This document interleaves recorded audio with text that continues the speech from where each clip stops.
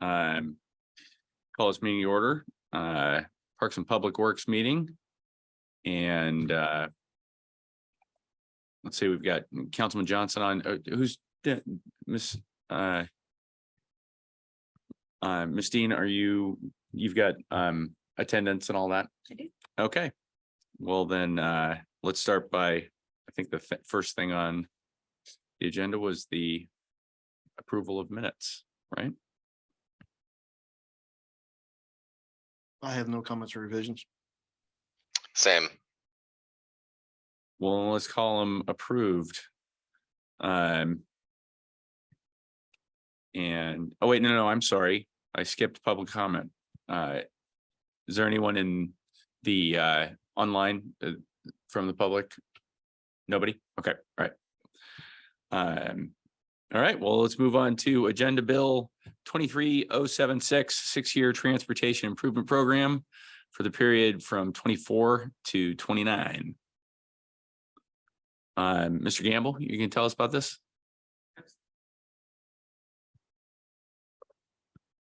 Brought a mouse in hopes that this makes zooming in that much easier.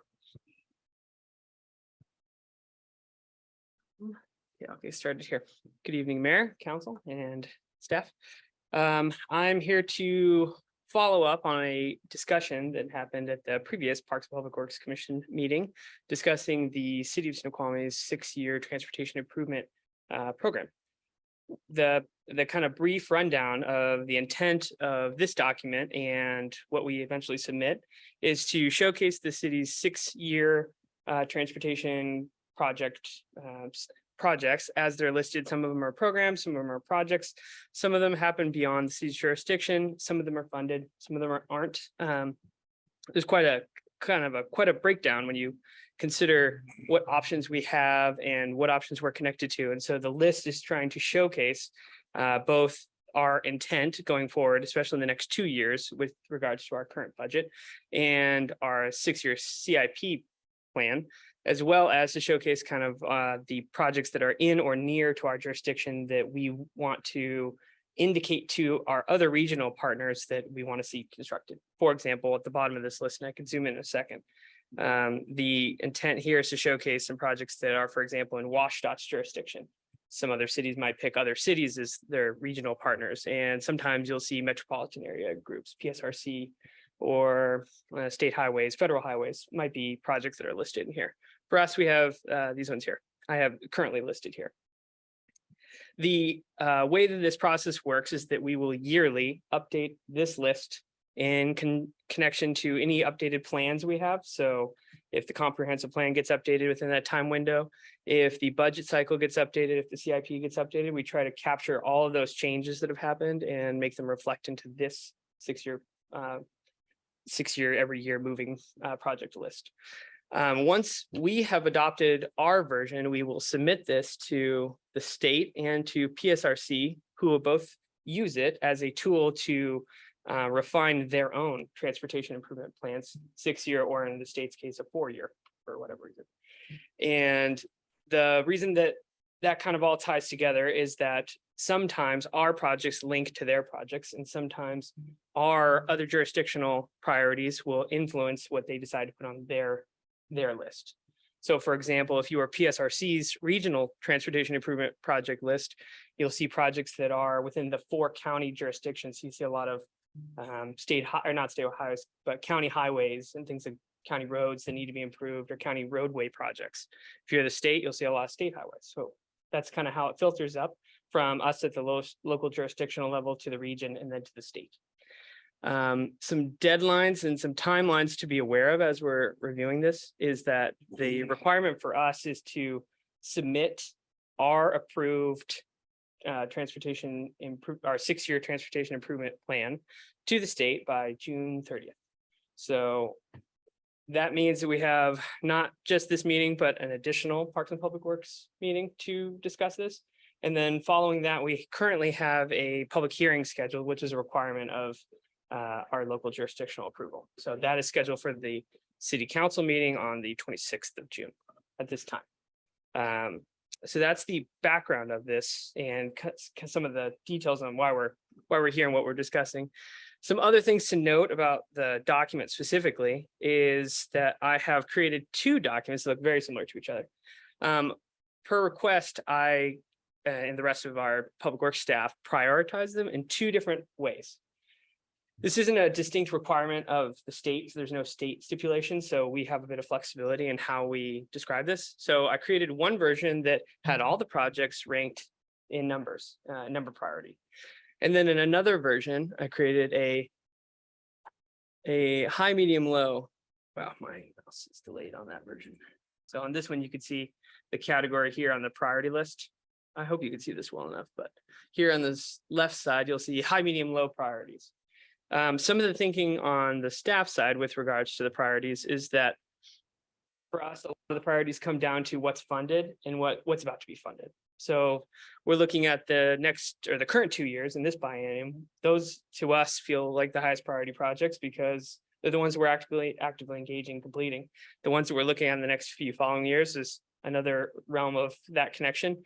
But there's this kind of difficulty in prioritizing, at least I'll speak from just myself here, in projects that are outside of our jurisdiction, but that are very important to the city too. So it's kind of difficult for me to create a scale. So I prefer the high, medium, low because it was difficult to rank them in a numbered order, but I'm happy to hear suggestions and I can change this at will, as well as the project types. That doesn't necessarily have to be there, just as a way to organize the list. And then the colorings, that doesn't have to be there.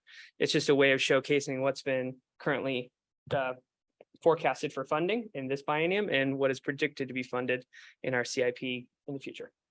So that was a lot of kind of the background on this document and the intent. I want to make sure I leave room for any questions about that before I start pulling up an Excel and trying to take input and notes and things of that nature. I have one question. It said that in the agenda bill itself, it said that the under budget impacts that the TIP's update is required by law, and that the costs of each project, I guess we can't predict and all that sort of thing necessarily, or where funding is going to come from. So there's no impact on budget. But what tethers this plan to reality, or is it not supposed to be? Is it supposed to be a wish list of things, or is it a combination of real needs plus what we would ideally have? What is, I don't fully understand the I point think of you it. have it. It's a bit of a combination. It's a bit of show us what you're going to be doing or what you're doing right now. And that's really the things that we might say is in the green. And then the state wants to know, what do you plan on asking for money for in the future? And so in a lot of ways, this document ends up being a very strategic document for us, in that if we see a grant by a state agency, Transportation Improvement Board or WashDOT, or you name it, that's transportation related, they'll require that project be identified on our 6-year transportation improvement plan, or they won't give us grant funding for it. So for us, it's a way of thinking about, you could approach this two ways. You could either think about it as, what are all the projects we have in our city and how do they match up with grants? And in another way, in a way that I've kind of maybe steered the document a touch, is to look at what grants exist out at those agencies and how do we describe our projects so that when I go ask TIB for funding for let's say a complete streets project, that I can identify our complete streets transportation improvement line, and that helps us get grant funding in a way that is strategic and not just wishful thinking or hopeful priorities. So it is a bit of both. It's a bit of hard and fast. This is how much money we've identified in our budget, in our CIP, and sometimes those are best guesses. But then other times, in another way, this is a strategic document looking at how we fund all the projects and that the state requires us to add them to this list in order to accomplish that. And it looks like things like bridges and culverts that could eventually collapse are listed under things like, are listed as high. They're ranked as high. I appreciate that that's good. Anything that could result in, death or anything like that. I think that qualifies as high priority. Councilman Holloway, Councilman Johnson, you guys got anything? Councilman Johnson. I'll go ahead and jump in. I didn't remember our last one having the funding column. Maybe it was there, maybe it wasn't. But anyway, it's nice to see either way. There was one project I wanted to make sure to call out before I forget to mention it. That is, I think, if I remember correctly, that with the mill site, that some improvements to the Fisher intersection might be required. And I didn't see that reflected here. And I was wondering if it should be, if it isn't. I can double check. I mostly pulled this information from existing plans and documents. So I could have easily missed it, but I think, Jeff, do you recall if this is called out already in our PCI plan, right? Well, so yeah. So Fisher, we already did the Fisher Hawk signal. And we did the Hawk signal because that was what was warranted based on the traffic flow numbers, right? There was some concern about having a signal put in. And the one numbers didn't warrant a signal there. And so we have concerns, obviously not just money, but also if we go and decide on our own to put in a signal there when it's not warranted, then we're liable essentially or responsible for any unintended consequences that might come out of that. So, we have to stay with what's warranted. So we don't have any current project to put in a signal until the numbers warrant it. Right. But Yeah, go ahead, Mayor Ross. I think. I think Councilman Johnson's going to talk about it With the mill site, right? with the mill site. Yeah, that once we're at a certain phase, I don't know if it's phase 1 or phase 2, then it would warrant a traffic light there. And that they would help warrant share. changed with the cross traffic, not the traffic on the parkway. That was efficiency and warrants, and that would Snoqualmie Hills West, if that ever came to fruition. I don't believe the traffic in Snoqualmie drove the warrants, if I remember correctly. That's true in that case, but I think they did traffic studies for the mill site and it would warrant it if it's at phase 2 Phase or 2 or whatever. 3, Yeah. yeah, would drive it it was the employment numbers that would drive that. So that's kind of. Okay, so But that would be developed. So if this premature to have it on the list, then that answers my question. To make this easier, we can add it. There's no harm or foul in adding it to the list and being very thorough. Fair. Whether grant funding is the reason why it must be on this list from staff's perspective, because going back does not make sense to rush updated stip through, but any project that can be added, it's fine to add. It won't cause harm to us by including it here. And now, if we're not anticipating the need for it for at least 6 years, it would just list it as low priority, or? There's probably a reason to say you wouldn't even add it to the list if it wasn't expected in the next 6 years, but there's definitely projects in here that are probably not in the next 6 years that we definitely have here. And so I would just put it into that category. Is the 2029 and beyond section. There's no issues with that either. It's maybe not the intent of the document or something, but I think it's within reason to add it. At least keeps it on the radar. We'll pop To up. keep it on the radar for us or for the state or both? Depends on how well the state reviews it, I suppose. It's for both. Probably both, yeah. Mike, did you have some? Yeah, I just wanted to bring up, we were at a meeting earlier about the $2 million railroad grant for the crossings. And this meeting the deadline with the state and staying on track is critical for that funding for this cycle.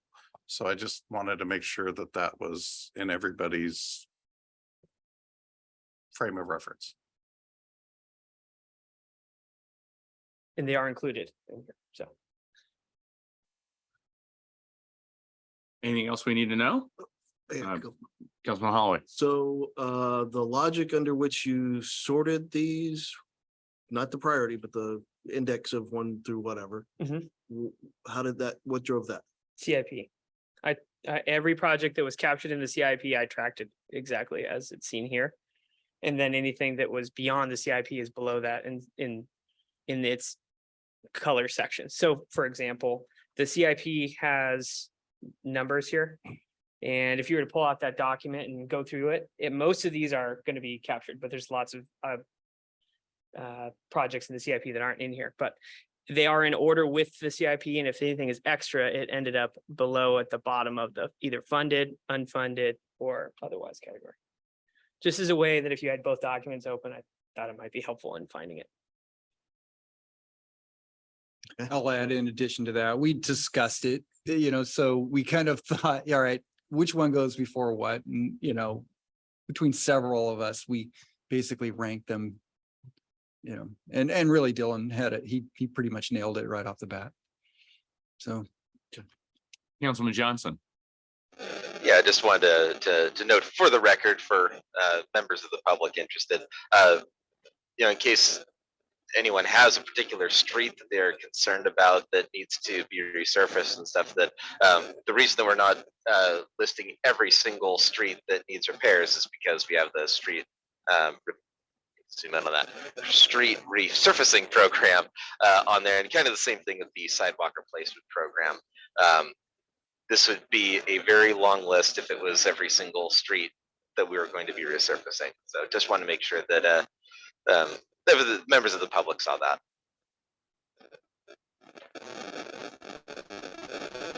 Well, and I'm not sold on the high, medium, low. That may just me. I'm not hard over on it. Just maybe me. But I am concerned that we put the out of city things down at the bottom and mark them as our lowest priority things we would ever want. I disagree with that positioning. Either we give them their own priority of here's the priority of our out of city things, or we integrate them with the overall list. But I don't want the impression with anybody that we don't care about those things. This prioritization says we don't care about them. They're down at the bottom.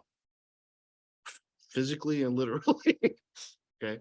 So we may need to rethink that, how we do that. Like I said, if we want to give them a separate priority of their own, great, but having them just stuff down there at the lowest priority number, it gives the wrong impression, in my opinion. So that's not entirely the case. So if there was something that was out of our jurisdiction, but was a high priority, it would be ranked as a higher priority. But In the numbered priorities. they in are the not. numbered priorities or in the high, medium, low categories. For instance, the 202 bridge, not our jurisdiction, right? We're not going to replace that bridge, right? But, if that were a case where it needed to be replaced and we wanted to highlight that, that need to the state, then we would move it up the priority list. And I'm talking the numbered priority, and it's not the high, medium, low. If you go look at the numbered priorities, they are numbered priority 21 through 24 or 25, if I got that, puts them at the bottom of our list. as far as Yeah, our- sure. Yeah. Okay. I'm lean more toward the numbered priority because it forces you to do that extra level of thinking piece. Number 7 and number 8 may actually be equivalent, but flipped a quarter at least and made a decision. And this positioning and the physical positioning worries that I give, this prioritization and the physical position worries that I give wrong impression to the state. And I'm not, I understand the physical positioning, so that's probably appropriate, but the combination throws a loop in there. Okay. And other than that, I need to do that lower level of thinking that you've given me this to say, when I do this in that way and that way, so that is a homework assignment for next meeting, I think, for us to see if there's any input from the political side of, can we flop some of these around? I don't see any at the moment, but I need to spend my bedtime reading, going through it and deciding. I recall at the last meeting, you said, you guys figure out your priority and then we'll figure out our priority and make adjustments. So. Yeah. And I also have Slightly different view on priority. Mhm. My priority is not based on when you guys get to work it. My priority is based on need Mm. overall. We may get a lower level item priority wise, that just because we get a grant, we'll work it. But you know, like bridge and culverts should be high on our list. Irregardless if we expect funding or not, it should be high on our list to eventually have those public safety items ticked off the list. But again, would- I haven't done the bedtime reading to have any further input. I like what you're saying. I would actually advocate adding another category, the category of urgent. You know, where if there's a realistic concern for life and limb, then that needs to be in an urgent category, or where we say, hey, this is really important that we get this done. I think the culverts on Campbell Creek count as that. You know, if we have projects, that would be my, I'm sorry, Councilman Johnson, what did you want to say? Oh, just wanted to mention kind of, I think along the similar lines as Councilmember Holloway. Just a little bit of clarification here.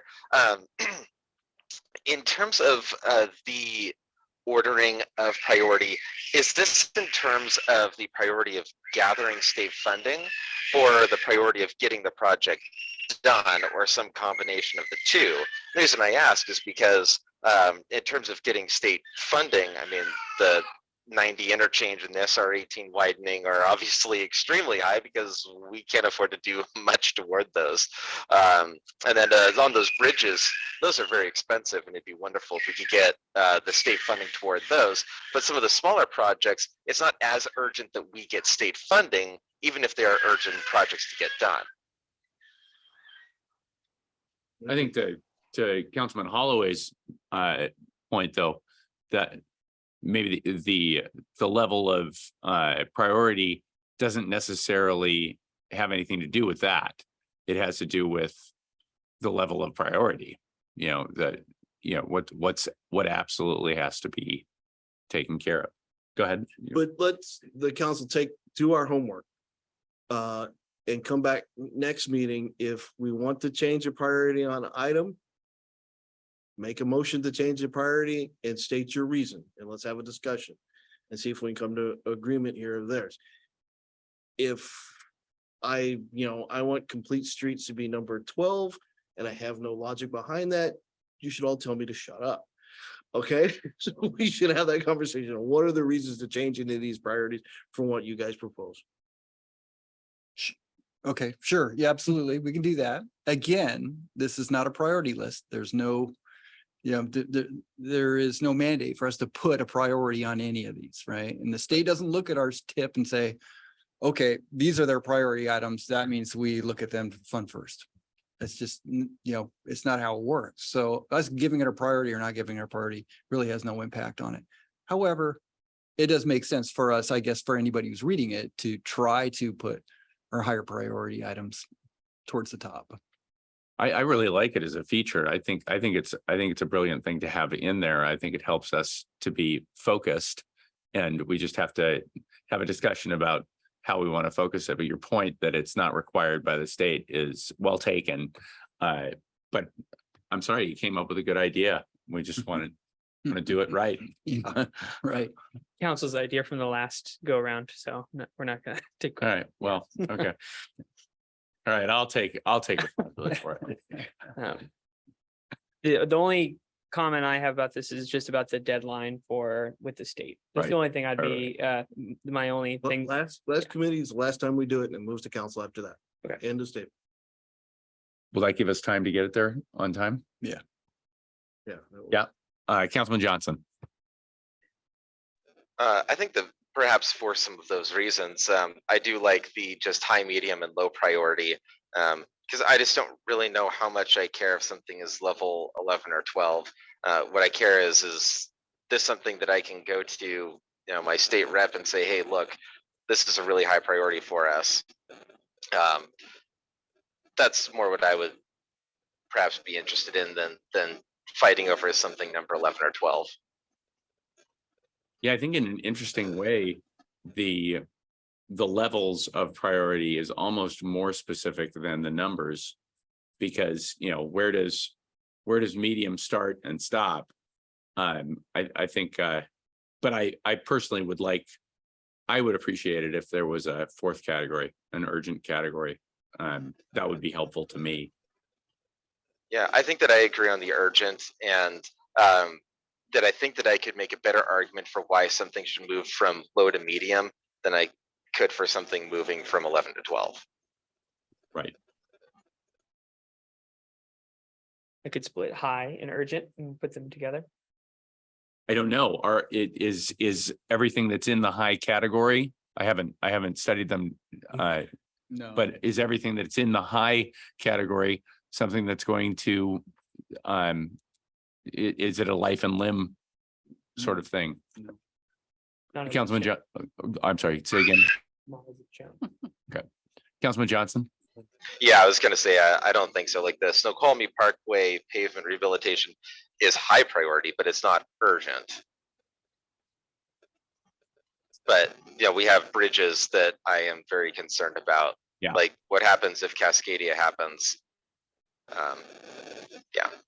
Or a giant weather event that brings just so much water that our culverts can't handle it anymore, you know? But be cautious. If we had any of this infrastructure that was truly a threat to life and limb, we need to block it off and not use it. None of these are in that condition.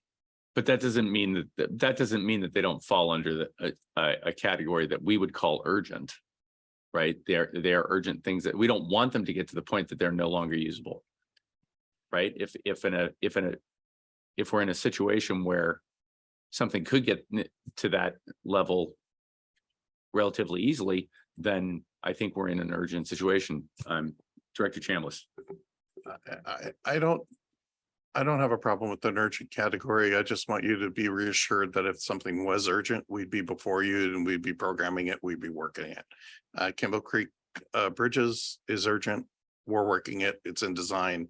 We'll be under construction next year. So my engineering professionals are not going to let us sit on something that's dangerous and everything else. So I just want to make sure that you're reassured that you know that. But that tells me that it is the urgent category. And if there was some way that we could be informed, we've got some things in the urgent category and we are addressing them. That I think that'd be helpful to council. Yep, no problem. That's about. Or the if there's a only- better word than urgent, Well, then that'd be good to know too. no, I don't have a problem with that word and off the top of my head, that's about the only one. That's that the I only one that I can think think of of is, right. is that's what- urgent and we're working it. So not a problem. Okay, I just caution there's liability with the use of that tag Mhm. for unforeseen circumstances beyond But our. Jeff's our city attorney tonight, so. There you go.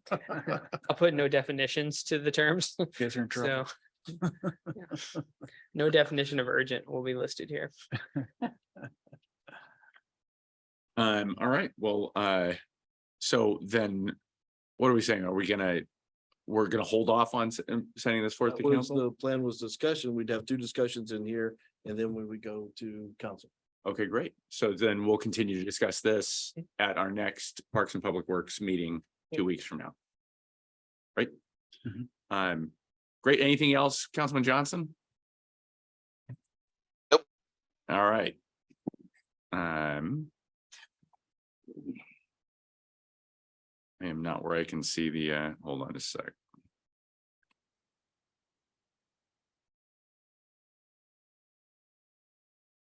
I think that's everything. Councilor Benson, Yes. we do have a new IT director that is here this evening. Mr. Mo Hafiz.